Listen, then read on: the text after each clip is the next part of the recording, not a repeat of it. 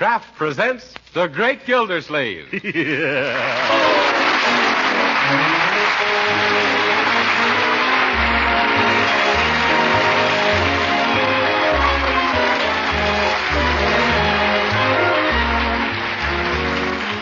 week at this time, Kraft presents from Hollywood, California, Harold Perry as The Great Gildersleeve, written by Leonard L. Levinson.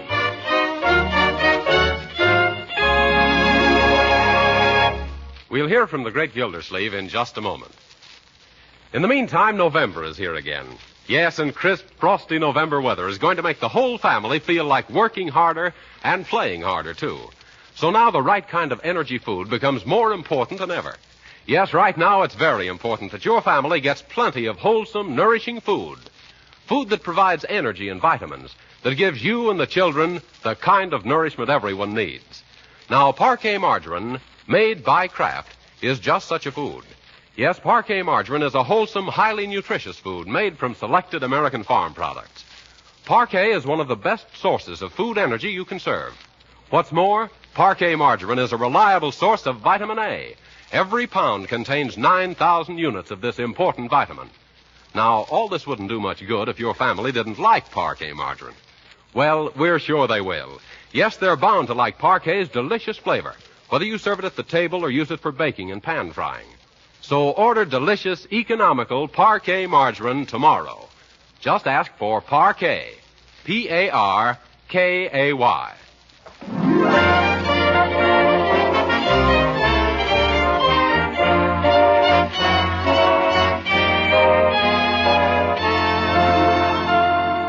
And now let's visit our friend, the Great Gildersleeve.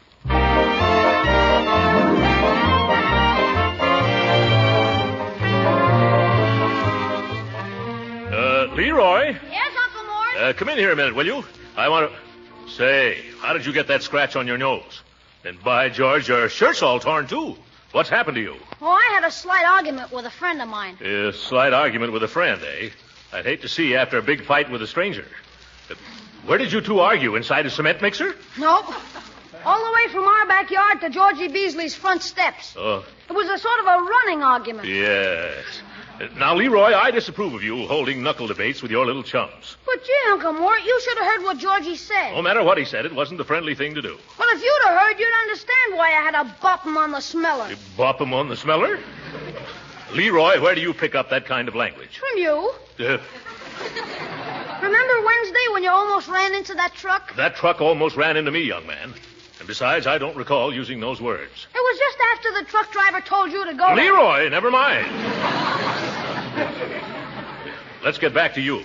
Young man, you must realize that you can't keep friendships by indulging in pugilistic altercations. What's that? Poking people in the puss. Yeah. Well, who wants to be friends with old Georgie Beasley anyhow? Now, Leroy, friends are more precious than gold or diamonds. What would a man have if he didn't have any friends? Gold or diamonds? That's right. No! Leroy, I want you to go over to Georgie Beasley's house and apologize. Well, not right now. His big brother is home. Oh. And besides, I'm not going to shake hands with him after what he said about you. Come. Remember, sticks and stones may break... About me? What did he say? Well, I don't like to repeat it. But I want to know. Now, Uncle Mort, you'd only get angry. Yeah. And besides, your head isn't any fatter than anybody else's. Oh! So he called me a fathead, did he? Yeah, how'd you find out? Yeah. Wait till I tell his mother about this. Oh, you won't have to do that, Uncle Mort. He was just repeating what she said. Oh. Let's drop the subject, Leroy. Only remember one thing. Friends are wonderful things to have.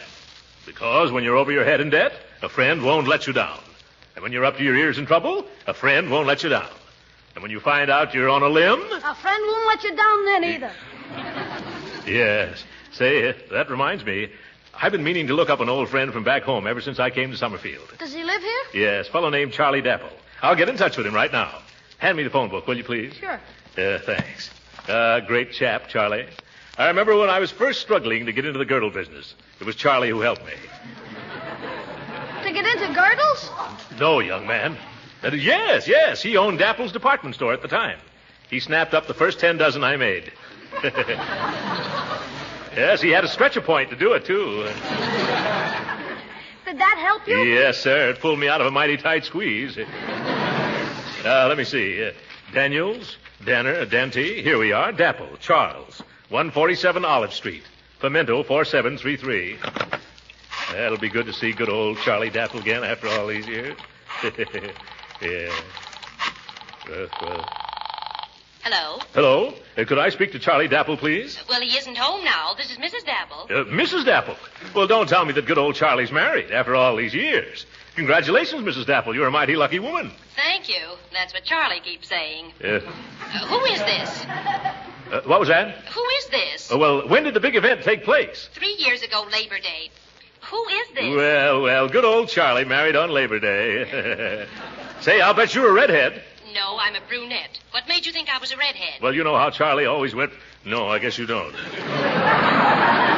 Maybe not, but I will. Who is this? Oh, it's an old friend from back home, Throckmorton P. Gildersleeve. Doesn't that name mean anything to you? No. Oh, but surely he's told you about the times we used to have together. Didn't he ever talk about Atlantic City? No. What about Atlantic City? Well, it's in New Jersey.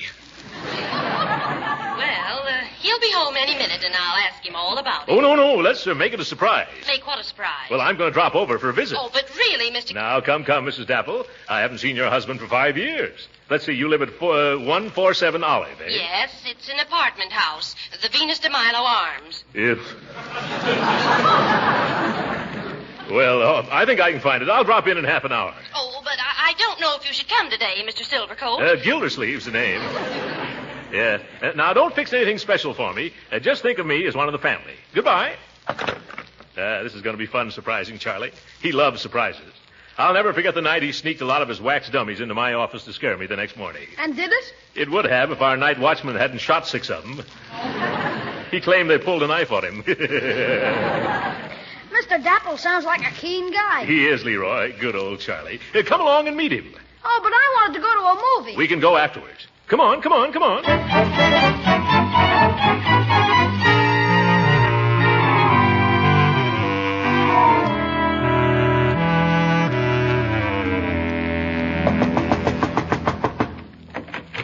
Yes? Mrs. Dapple? Yes? Well. Charlie certainly picked himself a lovely little bride. What? Oh, you must be the man who phoned, Mr. Silversleeve. Gildersleeve. By the way, is my old sidekick home yet? Well, no, and I've been expecting him for an hour. All right, Uncle, let's go to that movie. Come back here, young man. Mrs. Dapple, this is my nephew, Leroy. Oh, how do you do? How do you do? Well, come right in. Thank you. Oh, now, don't look at this room. It's a mess. Oh, no, it just has that lived-in look. Well, Charlie should be home any minute now. Mm-hmm. On Saturday afternoons, he usually stops at several places on the way home. To get the football scores, you know. Yes, I know how it is. No, not a baby. Mind if we look? Oh, no. Come on, Leroy. Don't you want to see the baby? No, I just want to see the movie. Okay, young man. No baby, no movie. Let's see the baby. Yeah, that's better. Well, Mrs. Dapple. What a handsome, husky child. What's his name, Charlie? No, Gertrude. Oh, pardon me, Gertrude. Ooh, zitty-bitty babums a zoo. Oh, dear, you frightened her. Maybe it's her face, Uncle Mort. Nonsense, Leroy. Babies just love my face. Oh, now, Mother's little angel cake. Shush. Yeah, shush. I know it'll quiet her, Mrs. Dapple. It's one trick that always works. I got it right here in my pocket. Gee, Unc, are you carrying around a bottle of milk? No. It's my watch, Leroy. Yeah. Now listen, little cupcake. You hear the tick-tick? Oh, isn't that cute? She's holding it to her ear. Yes. There's nothing like a piece of jewelry to stop a girl from crying.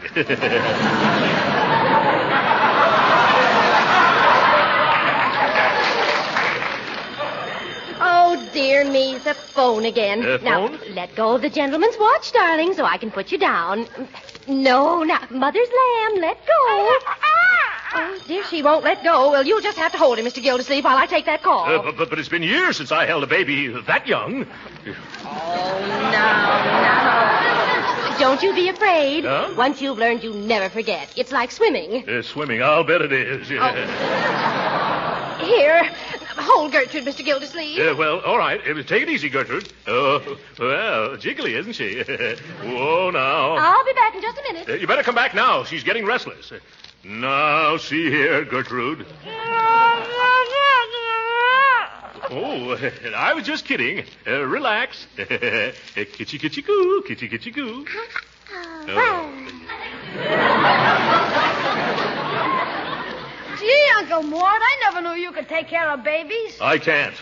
Leroy, would you like to hold little Gertie a while? Not me. Come on, let's ditch her and go see Hopalong Cassidy. Yep, wait a minute. I can't get my watch and chain away from her. And now, Gertrude, you've had your little fun, so let little... No use trying to force her, Unc. Huh? She'll get tired of it pretty soon and just drop the whole thing. That's what I'm afraid of. I see. If she drops the watch, you get the works. Leroy, don't poke fun. Now, Gertie, let go of Uncle Throckmorton's 21-jewel nasty gold watch. Yeah, that's a good girl. You see, Leroy, I got it back. Oh, now she's got a hold of my hair. Let go, Mother's little devil's food cake. Say, she certainly is a cute kid. Leroy, don't stand there. Do something. Well, if I could find a pair of scissors, I could cut off that hunk of hair she's holding. No! Ouch! Gertrude, unhand my hair. Say, she likes you. Yeah, she's practically drooling over me. Well, really, Mr. Gildersleeve, what are you doing to that baby? Madam, you better ask the baby what she's doing to me. Oh, now, let go of the man's hair, darling. There. Thanks. Oh, my scalp. Feels like I just lost a decision to Sitting Bull. Now you just lie in your blanket like a good little girl while Mama runs down to the gas company. Yes. Now? Yes, or else I don't know what we'll ever do over the weekend. Charlie was supposed to attend to it. But you're not going to leave us alone here with Gertrude. Oh, she won't give you any trouble, will you, sweetheart? See? Yes.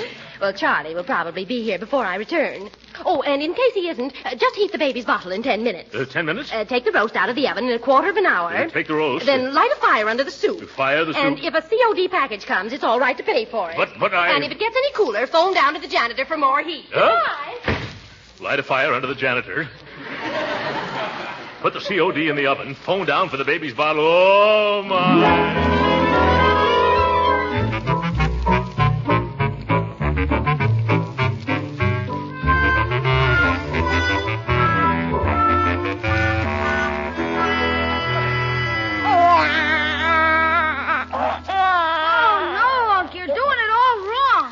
Supposed to fold it the other way. Leroy, I know which way it folds. After all, I used to be a baby myself. Yeah, now don't get fidgety, Gertie. Remember, Rome wasn't built in a day. Careful with that safety pin, Uncle Mort. Oh, my. Why don't these things come with zippers? Yes, Mother's little leg of lamb. You better hurry up, Uncle Mort. Gertrude's getting restless. And cold, too. Well, it's her own fault. She keeps kicking it off. Well, if you can't pin it, why don't you just leave it off altogether? No, Leroy. We've got to pin Gertrude down some way with this blanket. Ah. There we are. I wonder what makes her do that. Maybe she's just bored with everything. When she isn't yelling, she's yawning. Well, that's because she should be sleeping, Leroy. Possibly if I told her some little anecdote, that might put her to sleep. It always works at the Rotary Club. Why don't you just try singing her to sleep? That's a fine idea. Friends have told me my voice reminds them of a meadowlark singing bass. Okay, Unc, make for the lullabies. All right. What would you think of Asleep in the Deep? You know. Many brave hearts are asleep in the deep. Too deep. How about Rockabye Baby? That's it. Go ahead, Uncle Mort. All right, let me see. I think it goes, Rockabye Baby in the treetop. Yes. When the wind blows, the cradle will rock.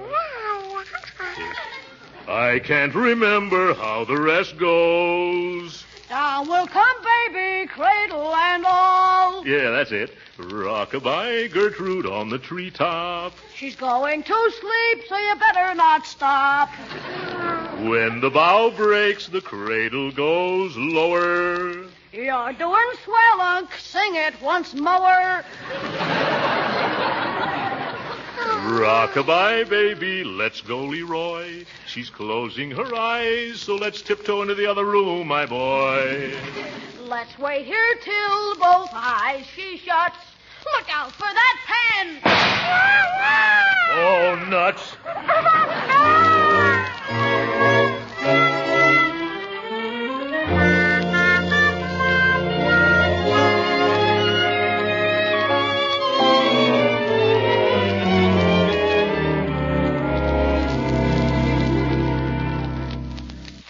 Rock-a-bye, baby. Oh, what's the use? I have been singing till my tonsils are loose. You better give up, Unc. Whatever it is that kid wants, it ain't a meadowlark that sings bass. Yeah, I'm afraid you're right, Leroy. Gee, if this takes much longer, we won't see those two pictures before dinner. Leroy, if this takes much longer, we won't even see dinner. I better call home and tell your sister we'll be late. Hand me that telephone. The idea. Me playing nursemaid to a baby. Fine thing. Hello? Oh, hello, Marjorie. Looks like Leroy and I'll be a little late for dinner tonight, my dear. We stopped in to see an old friend. Who's that? Your old friend? No, it's Gertrude. She's just a baby. Yes. Leroy and I are taking care of her, for Mrs. Dapple. She's out taking care of the gas. Yes, and we're even taking care of the cooking. Oh, you, Uncle Mort, taking care of the cooking? Yes. I was supposed to take the roast out of the oven and put the soup on the fire. But I had to put the soup in the oven because the roast was on fire. Oh, poor Uncle Mort. Yeah. Have you been having much trouble with the baby? Well, I've been singing Rock-a-Bye Baby to her, but something tells me she'd prefer there'll be some changes made. I think I'd better come over and help you. That's a marvelous idea. And bring Bertie, Marjorie. Maybe she can patch up the dinner I've ruined. All right. Oh, I think I know what's wrong with that baby. It's probably hungry. Hungry? Say, I never thought of that. Let me have a look. Oh, my goodness, that's what it must be. Marjorie, hurry over quickly. What's wrong? Gertrude's so hungry she's trying to swallow her foot.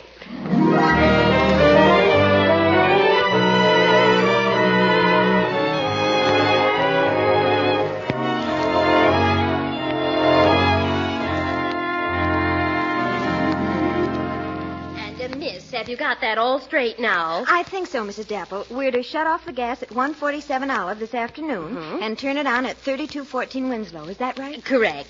We're moving away from the Olive Street apartment tonight, and I don't want any slip-up. Oh, there won't be. Oh, now, can I change my light and water here, too? No, the Light and Water Company's down at 10th and Spring Streets. Oh, dear. Well, that'll take me an hour. I left someone with my baby, and I promised to be right back. Oh, well, they'll just have to wait.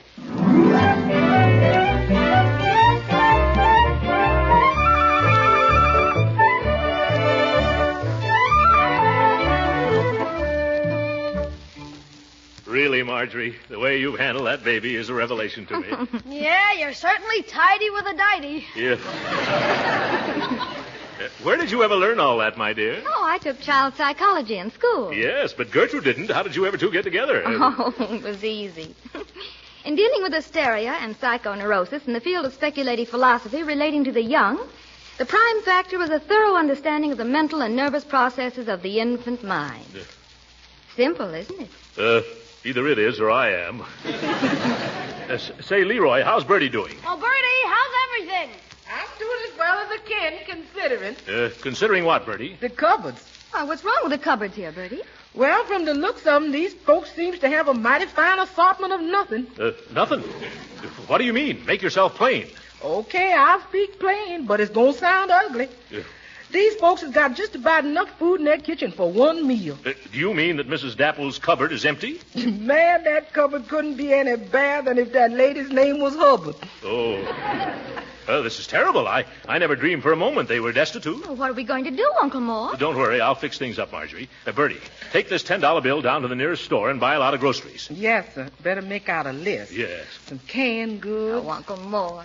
That's terribly sweet of you. And some sugar. Oh, it's nothing, my dear. I get a lump in my throat. Lump sugar. And a sinking feeling in my heart. Baking soda. When I think of what's ahead. A head of cabbage. Yeah. Yes, sir. It brings the tears to my eyes. And onions. I suppose they just gradually got into debt and couldn't... Catch up. That's it. They couldn't catch up. Bertie, are you still here? You better get going. Take Leroy along to help you carry the bundle. Okay, Uncle Mort.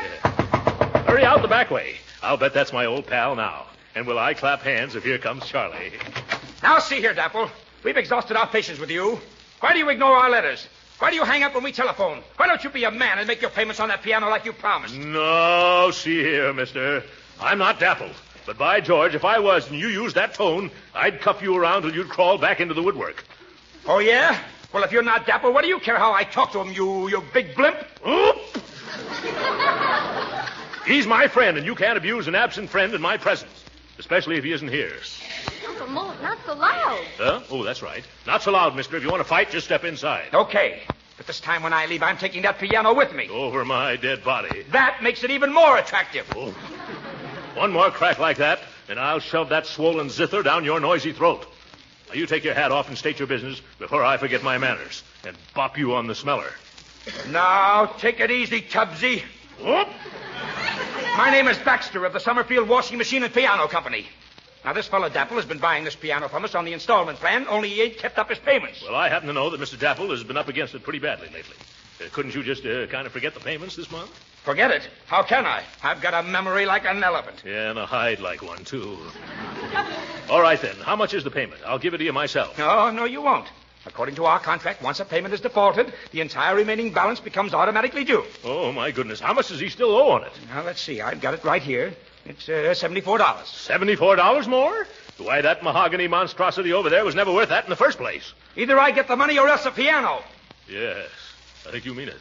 Well, Charlie Dapple helped me up when I was getting started, so I can't let him down when he's just about finished. I'll write you a check for the $74. Let's see.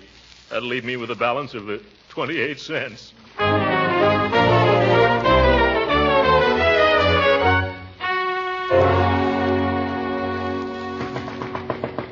Yeah, now there's somebody at the back door. I better go see. I'm coming, you blasted woodpecker. Excuse me, I'm the gas man. Don't want any. I got enough gas. I come to shut it off. Shut it off? Didn't Mrs. Dapple call at your office this afternoon, probably to pay the bill? Look, brother, I'm a guy who sticks strictly to his own job. Yeah.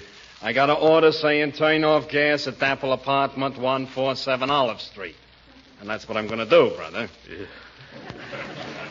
Well, let's not be too hasty about this, brother. Suppose I pay the bill to you right now. No, I ain't allowed to take no money. You don't understand, brother. I'm just the guy who gets orders to turn gas on and to turn it off. Yeah. Then I go where it says, and I turn gas on, or else I turn it off. That's all I do. Oh, sounds mighty monotonous. I like being monotonous. Yeah. Look here, brother. By the way, what's your name? Herman Peebles. Herman Peebles. Look here, Hermie. Peebles live here, too. Simple Peebles. Kindly Peebles. The salt of the earth. Things have been a little tough for him lately. And there's another mouth to feed, too. You mean? Yes, that's what I mean. A tiny baby named Little Gertrude. Yeah, think what it would mean to poor little Gertrude if she didn't have any gas.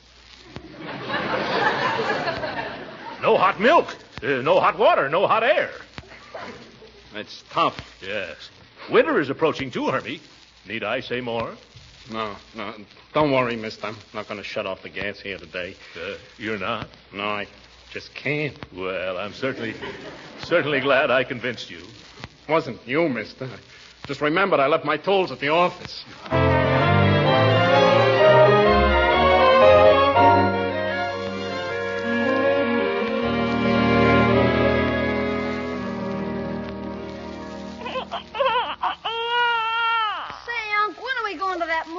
Just as soon as a Dapple shows its nose through that door.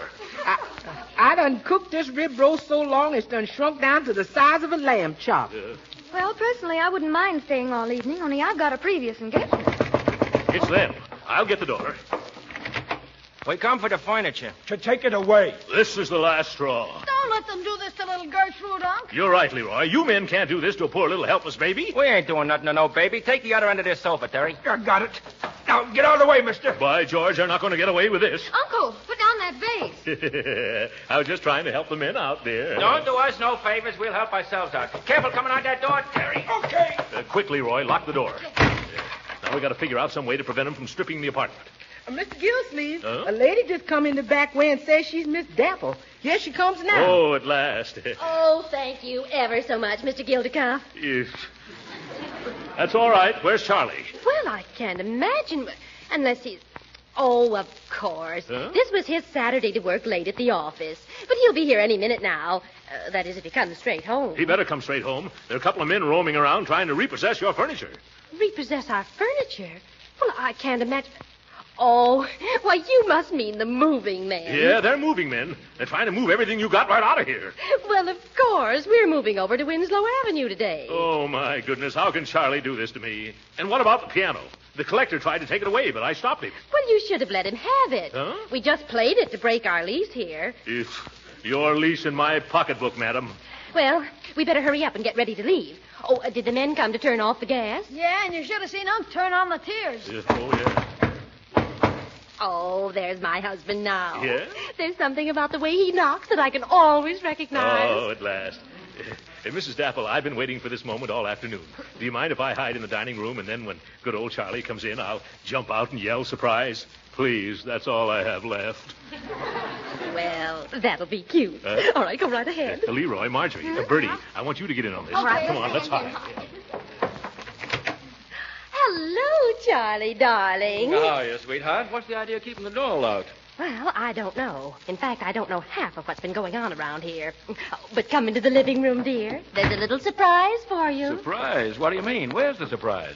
Oh, boy, surprise, Charlie, surprise. Yeah, where's Charlie? I'm Charlie. Who in thunder are you? Oh, my goodness. Gee, Unc, what's the matter? It's that man. I never saw him before. He's the wrong Charlie Dapple.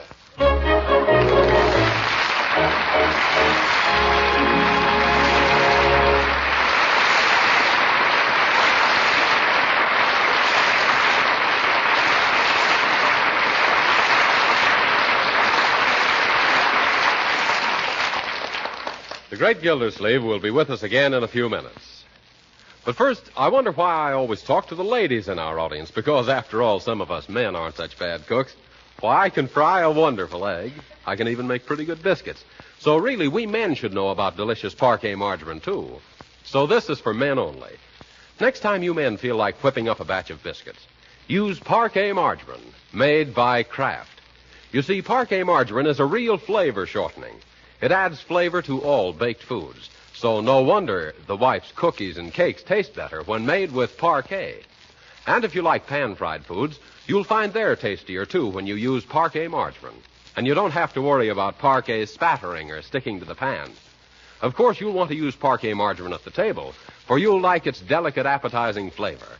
Now, maybe you men aren't as interested in nutrition as the women are, but you should know that Parque Margarine is a nourishing energy food that contains vitamin A. So, men, if you can't find Parque Margarine at home, buy a pound or two tomorrow. You'll be pleased to learn that it's mighty economical, too. Just ask the dealer for Parque. Parkay.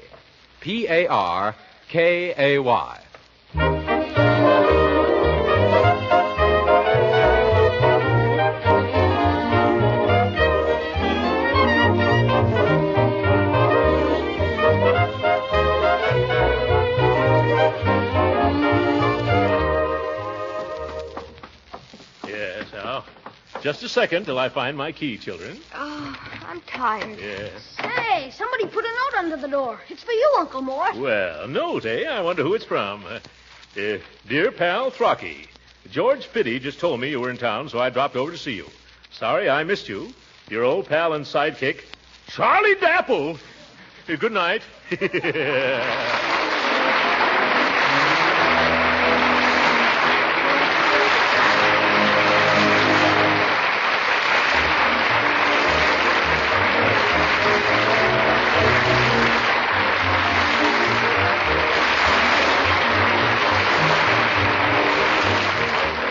Original music heard on this program was composed and conducted by William Randolph. This is Jim Bannon speaking for the Kraft Cheese Company and inviting you to be with us again next week at this same time for the further adventures of the Great Gildersleeve.